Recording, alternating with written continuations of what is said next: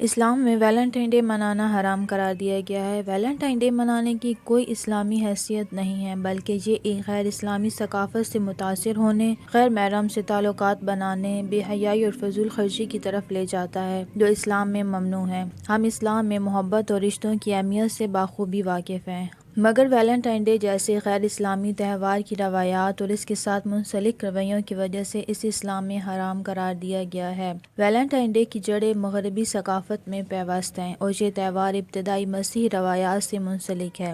اسلام میں ایسی رسومات سے پرہیز کرنے کا حکم ہے۔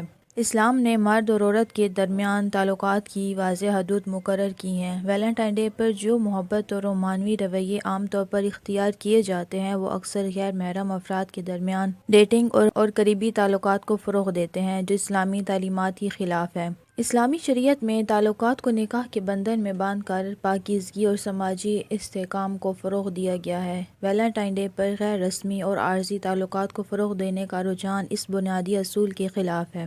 اسلام میں محبت ایک عظیم نعمت ہے، جسے نکاح اور خاندان کے قیام کے ذریعے فروغ دیا جاتا ہے۔ ویلنٹائن ڈے عموماً وقتی اور عارضی جذبوں کو جگانے کے لیے منایا جاتا ہے، جس کے نتیجے میں افراد کو وقتی خوشیوں کا نشہ ہو جاتا ہے۔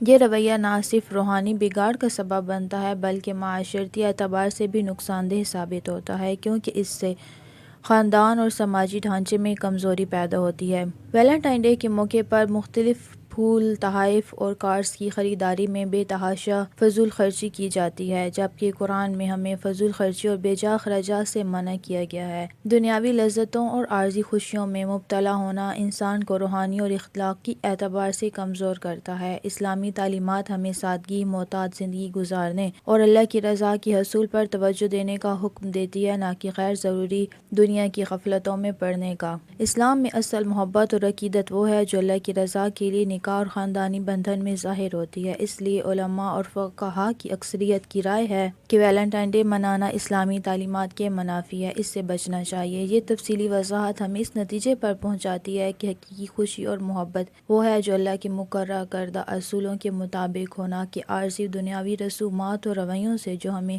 صحیح روحانی اور اخلاقی راہ سے دور کر دیتے ہیں۔